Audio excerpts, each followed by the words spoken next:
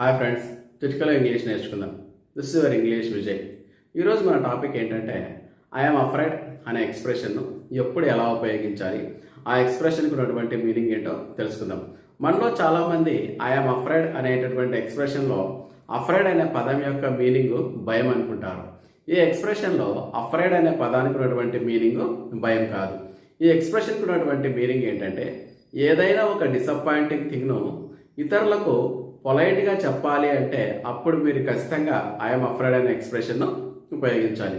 ఉదాహరణకు మీరు మీ ఫ్రెండ్కు ఒక మాట చెప్పాలనుకున్నారు. ఏంటి ఆ మాట అంటే, నీవు ఉద్యోగానికి సెలెక్ట్ కాలేదు. అదొక డిసప్పాయింటింగ్ థింగ్ కాబట్టి అలాంటి డిసప్పాయింటింగ్ థింగ్ని చెప్పేటప్పుడు మీరు చాలా పొలైట్గా మర్యాదగా చెప్పాలి కాబట్టి అప్పుడు ఐఎమ్ అఫ్రైడ్ అనే ఎక్స్ప్రెషన్ను ఉపయోగించాలి. ఇప్పుడు చూడండి ఎలా చెప్పాలో చూద్దాం ఇంగ్లీష్లో. I'm afraid you are not selected for the job. ఈ విధంగా చెప్పారనుకోండి, అప్పుడు దాని అర్థం ఏంటంటే మీరు ఒక డిసప్పాయింటింగ్ థింగ్ను చాలా పొలైట్గా చెప్పారని అర్థం. మరొక ఎగ్జాంపుల్ చూద్దాము. ఉదాహరణకు మీ ఫ్రెండ్ మీకు ఒక 10,000 అప్పు అడిగాడు అనుకోండి. అప్పుడు మీ దగ్గర 10,000 లేవు. ఐ కాంట్ హెల్ప్ యూ, నేను నీకు సహాయం చేయలేను అనేటువంటి స్థితిలో ఉన్నాను.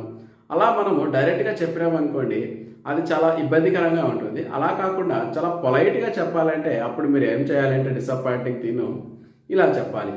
I'm afraid I can't help you అని చెప్పాలి. ఓకేనా ఫ్రెండ్స్, ఈ వీడియో అర్థమైంది అనుకుంటాను. ఈ వీడియో కానీ మీకు నచ్చినట్టయితే, ఈ వీడియో వల్ల మీ నాలెడ్జ్ ఇంప్రూవ్ అయింది అనిపిస్తే ఈ వీడియోకి ఒక లైక్ వేసుకోండి.